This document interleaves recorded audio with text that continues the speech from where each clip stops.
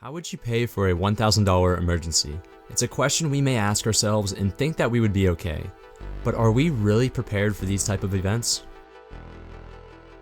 Well, most Americans aren't prepared for this. According to a Bankrate study done earlier this year, over 41% of Americans would pay for the costs with savings, which is good. However, the part that isn't so good is that 59% of those individuals, a majority, would need to borrow the money, place the balance on a credit card, or take out a personal loan. Now check this out. If you took out a personal loan for $1,000 and paid the minimum payments, it would take over 5 years and $200 in interest until it's fully paid off. Even worse, if you put it on a credit card, it would take over 8 years and $1,000 just in interest until it's fully paid off. An emergency fund gets you out of the unexpected situations that life is going to throw at you, and it prepares you for financial success. So let's talk about how to start one. The first thing that we need to do is to calculate our monthly living expenses currently. So go into a spreadsheet or find a notepad that you can write this down in. Start off with your largest monthly payment, such as your mortgage or your rent. Then add other things in, like your car loan or your lease, groceries, bar tab, and so on. I want you to add all of your monthly recurring expenses, and yes, I want you to add your Netflix subscription. Once we have that list together, we'll tally up the total to get our minimum monthly living expenses. What this tells us is the minimum amount of money that we need per month to live normally and prevent going into debt. Now, we'll multiply that number by 3. That number right there, that's our emergency fund. Our goal is to save up to 3 months of living expenses in order to provide a cushion in the event that we may lose our job or an unexpected event may arise, such as going to the emergency room or a car repair. Now we have an emergency fund that we can pull from during those unexpected events, and we don't have to rely on credit card companies to loan us money, which will only bury us further in debt stranglehold.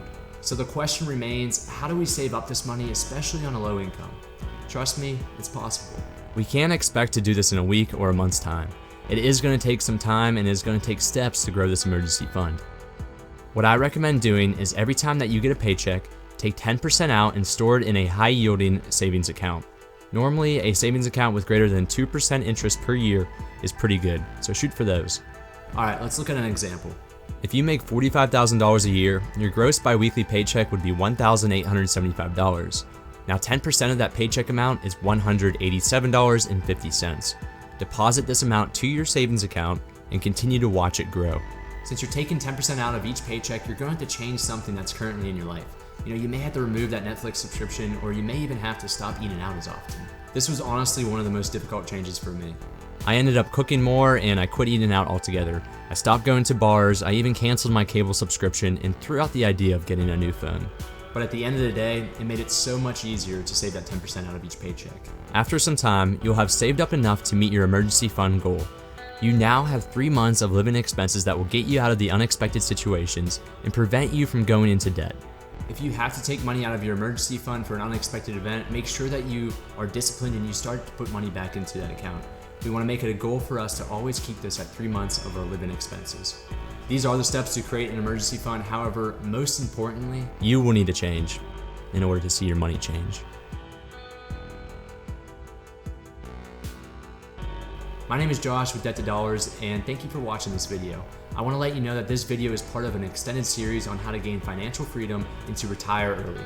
If those topics or those ideas sound interesting to you, make sure to subscribe down below, and I'll also put that playlist at the end screen so you can watch the rest of the videos.